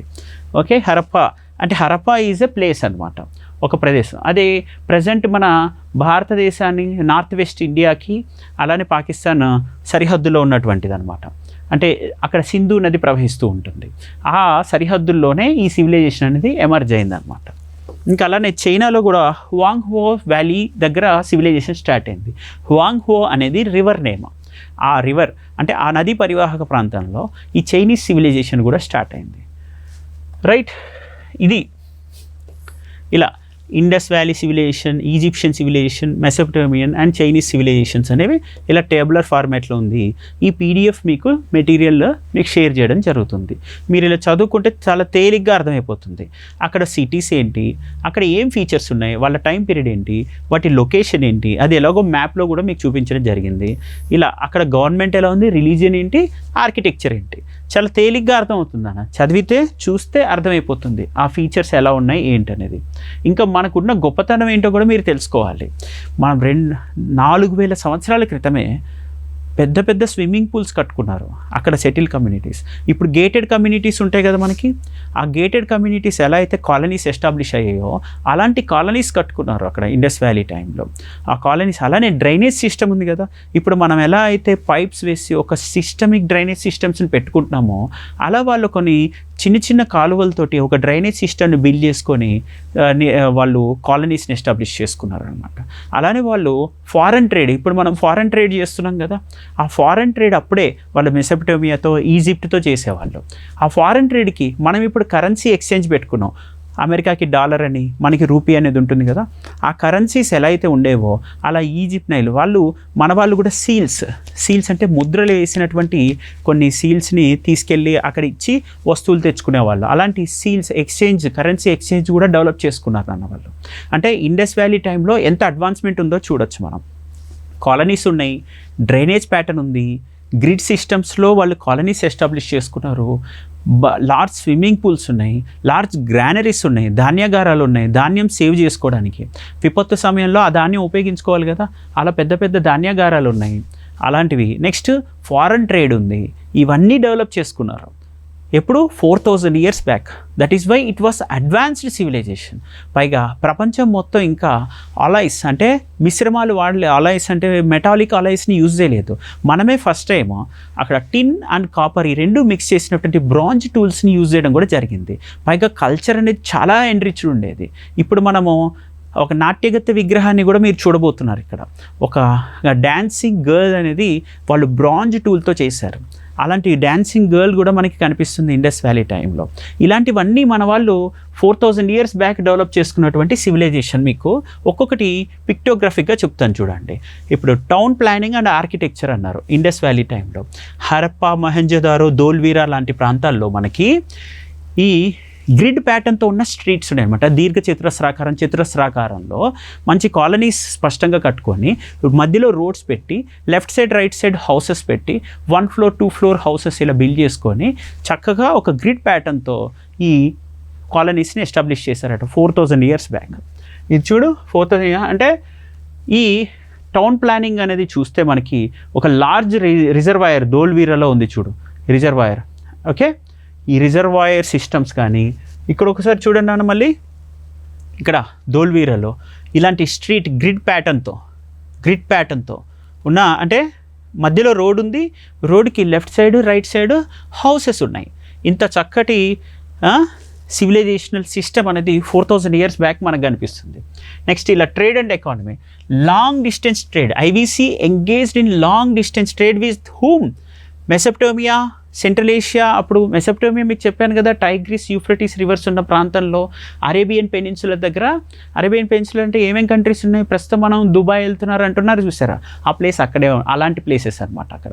అలా ఈజిప్ట్తో మెసొపటోమియాతో ఫారెన్ ట్రేడ్ చేశారు అప్పుడు మన వాళ్ళు. ఇండస్కి స్క్రిప్ట్ కూడా ఉంది. ఆ స్క్రిప్ట్ ఎలా ఉండేది, సింబల్స్తో ఉండేది, వివిధ రకాల బొమ్మలతో కూడుకొని ఉండేది. ఆ బొమ్మలు మనకి ఇప్పటికే అర్థం కావట్లా వాళ్ళు ఏం చెప్పాలనుకుంటున్నారు, కానీ స్క్రిప్ట్ అయితే ఉంది. ఇప్పటికీ దాన్ని అర్థం చేసుకోవడానికి చరిత్రకారులు ప్రయత్నం చేస్తున్నారు. Historians are trying to identify and read the script of Indus valley civilisation. వాళ్ళు left to right and right to left రాసేవాళ్ళు. దాన్ని సర్పలేఖన స్క్రిప్ట్ అని యూజ్ చేసేవాళ్ళు నేమ్. అంటే లెఫ్ట్, ఇప్పుడు మనం ఏంటి లెఫ్ట్ టు రైట్ రాసేసి మళ్ళీ లెఫ్ట్ టు రైట్ రాస్తుంటాం కదా, వాళ్ళు ఏం చేస్తారు లెఫ్ట్ టు రైట్ రాసి మళ్ళీ అట్నుంచి ఇలా రైట్ టు లెఫ్ట్ రాసి మళ్ళీ లెఫ్ట్ టు రైట్ రాసి ఇలా పాములాగా రాసుకుంటూ వచ్చేవాళ్ళు అనమాట. అలాంటి స్క్రిప్ట్ అని ఐడెంటిఫై చేశారు. కానీ దానిలో ఏ విషయం చెప్పాలనుకుంటున్నారో ఇంకా తెలియట్లేదు, ఏం చెప్పారనేది తెలియట్లా, రైట్. ఇలా స్టాండర్డైజ్. ఇప్పుడు చూడండి, లోథాల్ అని ఒక ప్లేస్ ఉంది, గుజరాత్లో ఉంటుంది. అప్పుడు ఇండస్ వ్యాలీ టైంలో లోథాల్ ప్లేస్లో అక్కడ ఒక పెద్ద ఓడరేవు ఉండేది అక్కడ. అంటే మనకి ఎంత మంచి సివిలైజేషన్ ఉందనడానికి ఇది ఒక పెద్ద ఉదాహరణ. ఆ ఓడరేవు డాక్ యార్డ్ ఎట్ లోథాల్ చూడండి ఎలా ఉందో, ఇలా వెలికి తీయడం జరిగింది historians. So Indus valley civilisation స్క్రిప్ట్ని ఇప్పటికీ మనము ఐడెంటిఫై చేయలేకపోయాము. ఇంకోటి చూడండి, మొహంజోదారోలో గ్రేట్ బాత్, నేను చెప్పాను పెద్ద పెద్ద స్విమ్మింగ్ పూల్స్ ఉండేవని, అది మొహంజోదారో అనే ప్లేస్లో మనకు కనిపిస్తుందనా ఈ స్విమ్మింగ్ పూల్ చూడండి, గ్రేట్ బాత్ అంటాం మనం. ఈ గ్రేట్ బాత్ ఇలా ఎగ్జాంపుల్స్. అలానే సోషల్ కండిషన్ ఏంటంటే చాలా ఆర్గనైజ్డ్ సొసైటీ ఉండేది, పీస్ఫుల్ సొసైటీ ఉండేది అని తెలుస్తుంది. ట్రేడ్ మీద ఎక్కువ డిపెండెంట్ సొసైటీ కాబట్టి ఎక్కడైతే వ్యాపారాలు బాగుంటాయో ఆ ప్లేస్ కొంచెం పీస్ఫుల్గా నెగోషియబుల్గా ఉంటుంది. సో అక్కడ కొట్లాటలు తక్కువ ఉంటాయి అన్నమాట, సింపుల్గా చెప్పాలంటే. సో ఇలా అగ్రికల్చర్ అడ్వాన్స్మెంట్ ఉంది, ఇరిగేషన్ గ్రానరీస్ ఉన్నాయి, ధాన్యాగారాలు ఉన్నాయి, ఇవన్నీ మనకు కనిపిస్తున్నాయి. సో ఇలా మెటాలిక్ వర్క్ కూడా మీరు చూస్తే మంచి మంచి ఆర్నమెంట్స్ ఇండస్ వ్యాలీ సివిలైజేషన్ టైంలో బయటకు వచ్చాయన్న. They excavated these refined ornaments okay in the Indus valley times. Indus valley సివిలైజేషన్లో మీకు కనిపిస్తాయి. సో టెర్రకోటా ఫిగర్స్ కనిపిస్తాయి. టెర్రకోటా ఇలా రెడ్ కలర్ శాండ్ని యూజ్ చేస్తూ డిఫరెంట్ టూల్స్ అండ్ ఫిగర్స్ ఇమేజెస్ని డెవలప్ చేయడం జరిగింది. ఇక్కడ చూడండి అన్న, ఓకే ఇలా టెర్రకోటా ఫిగరైన్స్ అంటారు. అలానే ఈ టెర్రకోటా ఫిగరైన్లో మనకేం కనిపిస్తున్నాయి, వాళ్ళ రిలీజియస్ ఇంట్రెస్ట్ ఏంటో తెలుస్తుంది. They use it to worship mother goddess అంటే అప్పట్లోనే మనకి ఇలా అమ్మవారు అనే వాళ్ళు ఉండేవారు, అమ్మవారికి పూజించడం అనేది జరిగిందని తెలుస్తుంది అనమాట ఇలాంటివి టెర్రకోటా ఫిగరైన్స్లో. సో ఇలా పశుపతి అనే వాళ్ళు కూడా ఉన్నారు, Pashupati okay. So Pashupati mother goddess were considered to be religious symbols okay. Next ఇలా ఇదిగో ఏ పెయిర్స్ కరెక్ట్, మీకు ఇందాక చెప్పాను కదా బూర్జహాం అనేది అక్కడ ఇచ్చారు ప్రీవియస్ ఇయర్ క్వశ్చన్. నేను ఫస్ట్ క్లాస్ స్టార్ట్ చేసినప్పుడు మీకు చెప్పాను అది ప్రజెంట్ కాశ్మీర్లో ఉంది, రాక్ కట్ స్ట్రెయిన్స్ కాదని. అలా కొన్ని మ్యాచ్ ద ఫాలోయింగ్ క్వశ్చన్స్ ఇచ్చారనుకో, ఇప్పుడు మీకు ఇందులో నేను ఈ పీడిఎఫ్ షేర్ చేస్తా, ఈ క్వశ్చన్కి ఆన్సర్ చేసే ప్రయత్నం చేయాలి. ఇండస్ వ్యాలీ టైంలో ఇవన్నీ జంతువులు మనకు కనిపిస్తున్నాయి. ఈ జంతువుల్లో ఇక్కడ చూడండి హరప్పా సీల్స్, నేను చెప్పాను కదా ఫారెన్ ట్రేడ్ చేయడానికి సీల్స్ని కూడా యూజ్ చేసేవాళ్ళు, అంటే ముద్రలు ఇలా ముద్రించేవాళ్ళు. ఇక్కడ సింగిల్ హార్న్ ఉన్నటువంటి యూనికార్న్ యానిమల్ కనిపిస్తుంది. ఖడ్గమృగం అనుకుంటామేమో, ఖడ్గమృగం కాదు పూర్తిగా, ఇది ఖడ్గమృగమా కాదా అని ఇంకా డౌట్ ఉంది. యూనికార్న్ అనేది ఉన్నదన్నమాట అక్కడ ఒక యానిమల్. ఇలాంటివి చూడు లెఫ్ట్ టు రైట్ నువ్వు చూస్తే Harappa seal showing unicorn and a bull, ఒక ఎద్దు ఉంది, షోయింగ్ ఏ హార్న్ టైగర్, ఇలా కొమ్ములున్న టైగర్ని కూడా చూపిస్తున్నారు. ఆ కాలంలో ఉండేవన్నమాట. సో ఇప్పుడు మనకి ఏమేం జంతువులు, which one of the following animals not represented terracotta figures కింద. ఇప్పుడు ఇందులో ఈ ఆన్సర్ మీరే చెప్పాలన్న, ఎలిఫెంటా, రైనోసరసా, టైగరా, కవ్వ, ఏది రిప్రజెంట్ అవ్వలేదో మీరే నాకు ఆన్సర్ చేసి చెప్పాలి. నెక్స్ట్ ఇదిగో డాన్సింగ్ గర్ల్, బ్రాంజ్ టూల్స్, మెసొపటోమియాకి 4000 years బ్యాక్, మన ఇండస్ వ్యాలీ కన్నా 4000 BCలోనే మెసొపటోమియా వచ్చిన, ఈజిప్షియన్ సివిలైజేషన్ 3000 BCలోనే వచ్చిన, ఇండస్ వ్యాలీ 2000 BCలోనే వచ్చిన. ఫస్ట్ బ్రాంజ్ టూల్స్ ఎవరు యూజ్ చేస్తారు, మనమే యూజ్ చేస్తాం. ఇదిగో డాన్సింగ్ గర్ల్, దానికి ఒక సింబాలిక్ చెప్తున్నాను. ఇలా ఇప్పుడున్నటువంటి ఈ ఆర్ట్ ఫామ్స్, ఈ మ్యూజిక్, డ్యాన్స్ ఇవన్నీ అప్పుడు ఉన్నాయి అనేది మనకు చెప్పడానికి ఉదాహరణ అనమాట. సో ఇలా ప్రీస్ట్ ఉండేవాడు ఒక పూజారి లాంటి వ్యక్తి కూడా అక్కడ ఇండస్ వ్యాలీ టైంలో బయటపడింది ఉన్నారు అనేది ఇలా వాళ్ళు ధోవతి ధరించింది ఉందన్నమాట. A drapery which was worn by a steatite bearded man. Steatite is a rock అనమాట. బర్డ్ ఇలా గడ్డం ఉన్నటువంటి ఒక ప్రీస్ట్ ఆ టైంలో మనకు కనిపిస్తున్నారు ఆ రిలీజియన్ టైంలో. ఓకే, ఈ రిలీజియస్ వర్షిప్ ఎలా ఉండేది తెలుస్తుంది. సో ఇలా ఇండస్ వ్యాలీ సివిలైజేషన్కి సంబంధించిన లొకేషన్స్ కూడా ఒకసారి చూడండి. నేను ఇందాక చెప్తున్నానా గ్రేట్ బాత్ ఎక్కడ బయటపడింది, మొహెంజోదారోలో అని చెప్పానా. లోథాల్ ఎక్కడుంది, గుజరాత్లో ఉందని చెప్పాను ఇక్కడ. రైట్, చూస్తున్నారా, లోథాల్ ఇక్కడ గుజరాత్లో ఉంది. ఇక్కడ మొహెంజోదారో ప్రజెంట్ ఇండియా బోర్డర్ దాటి నార్త్ వెస్ట్ ఇండియా బోర్డర్ దాటి పాకిస్తాన్ ప్రాంతంలో ఉంటుంది. ఇలా వివిధ ఇండస్ వ్యాలీ సివిలైజేషనల్ సైట్స్ ఎక్కడెక్కడ ఉన్నాయో మీకు కనిపిస్తున్నాయో చూడొచ్చు. ఇది మనకు హిస్టారిక్ లెసన్ అనమాట. హిస్టారిక్ ఎవల్యూషన్ అంటే మనకి గతంలో ఎంత పెద్ద సివిలైజేషన్ ఉంది, ఈ సివిలైజేషన్ని మనం ఎందుకు అర్థం చేసుకోవాలి. మనల్ని బ్రిటిషర్స్ అనాగరికులుగా ట్రీట్ చేసేవాళ్ళు, మనకి సివిలైజేషనే లేదనుకునేవాళ్ళు. కానీ ఎప్పుడైతే ఇండస్ వ్యాలీ సివిలైజేషన్ బయలుపడిందో అప్పుడు బ్రిటిషర్స్ ఐడెంటిఫై చేశారు India had advanced civilisation across the world, అంటే కంపేర్ టు ఎంటైర్ వరల్డ్ అనేది వాళ్ళు ఐడెంటిఫై చేసి మనకు ఒక కల్చరల్ ఐడెంటిటీ వచ్చింది. మనము ప్రపంచంలో అందరికన్నా advance technology tools and systemised standardised ఆ సివిలైజ్డ్ సొసైటీని బిల్డ్ చేసుకున్నాము అనేది మనకి తెలిసింది. ఆ ఐడెంటిటీ మనకి ఇప్పటికీ కూడా నిలబెడుతుంది అనమాట ప్రపంచవ్యాప్తంగా. రైట్, ఇలాంటివి మనం చదువుకుంటూ వెళ్తే ఇండస్ వ్యాలీ సివిలైజేషన్ అయిపోయిన తర్వాత నెక్స్ట్ హిస్టారికల్గా క్రొనలాజికల్గా ఎవరు వచ్చారు, నెక్స్ట్ ఇండస్ వ్యాలీ ఎలా పోయింది ఇంకా తెలియట్లా. ఇండస్ వ్యాలీ తర్వాత మనకి ఆరియన్స్ వచ్చారని చెప్తున్నారు, లేదా వరదలు వచ్చి పోయాయి అంటున్నారు, లేదా ఫారెన్ ఇన్వేషన్స్ జరిగాయి, విదేశీ దండయాత్రల వల్ల పోయింది అంటున్నారు. ఏవేవో రకరకాల కారణాలు చెప్తున్నారు, కానీ ఎలా ఇండస్ వ్యాలీ సివిలైజేషన్ అంతరించిందో తెలియదు. కానీ తర్వాత కాలంలో క్రమేణా నేను చెప్పినట్టు different other civilisations came in to existence. ఏంటివి ఆ సివిలైజేషన్స్ అని మీరు చూస్తే ఇండస్ వ్యాలీ తర్వాత ఇదిగో నేను ఒక చార్ట్ ఇచ్చాను చూడొచ్చు మీరు. ఈ చార్ట్లో హరప్పా కల్చర్ అంటే ఐవీసీ తర్వాత వేదిక్ కల్చర్ స్టార్ట్ అయింది. 1500 BC వరకు ఈ హరప్పా కల్చర్ అయిపోయిన తర్వాత మనకి వేదిక్ కల్చర్ స్టార్ట్ అయింది. ఆ వేదిక్ కల్చర్ 1500 BC నుంచి 600 BC వరకు ఉంది. ఆ తర్వాత జైనిజం స్టార్ట్ అయింది, బుద్ధిజం స్టార్ట్ అయినాయి. జైనిజం బుద్ధిజం నుంచి తర్వాత మనకి మగధ కింగ్డమ్ వచ్చింది. 600 BCకి వచ్చేసరికి మీకు ఆల్రెడీ చెప్పాను కదా, ఐరన్ టూల్స్ యూజ్ చేయడం స్టార్ట్ అయింది. ఐరన్ టూల్స్ వల్ల పెద్ద పెద్ద కింగ్డమ్స్ వచ్చాయి. ఆ కింగ్డమ్స్లో Magadha was the prominent kingdom. అలాంటి మగధ కింగ్డమ్లో ఉన్నటువంటి one of the prominent kings was Ashoka. మీకు ఇందాక కొన్ని ఇన్స్క్రిప్షన్స్ చెప్పాను అశోకకు సంబంధించి. క్రమేణా అలా మగధ కింగ్ తర్వాత అశోక అంటే మౌర్యన్ ఎంపైర్, తర్వాత శాతవాహన ఎంపైర్, తర్వాత మనకి ఇక్కడ గుప్తాస్, హర్షవర్ధన, ఆ పైన సౌత్ ఇండియా కింగ్డమ్స్. ఆ తర్వాత ఫారెన్ రూలర్స్ వచ్చారు, ఫారెన్ ఇన్వేడర్స్ వచ్చారు. అంటే విదేశీ దండయాత్రల వల్ల భారతదేశం కొలనైజ్ అయిపోయింది, వలసవాదానికి లోనైంది. అందులో ఇలా ఢిల్లీ సుల్తనేట్స్ వచ్చారు, తర్వాత మొఘల్స్ వచ్చారు, మొఘల్స్ తర్వాత మనకి బ్రిటిషర్స్ వచ్చారు, ఆ తర్వాత మనకి ఇండిపెండెన్స్ వచ్చింది. ఇది overall Indian history chronology. This is called history master class foundation. ఎందుకు నేర్చుకుంటున్నాం హిస్టరీ? మన పాస్ట్ గురించి తెలుసుకొని మన ఫ్యూచర్ ప్రాస్పెక్ట్స్ డెవలప్ చేసుకోవడానికి, మనకు ఒక ఐడెంటిటీ ఏంటో తెలుసుకోవడానికి.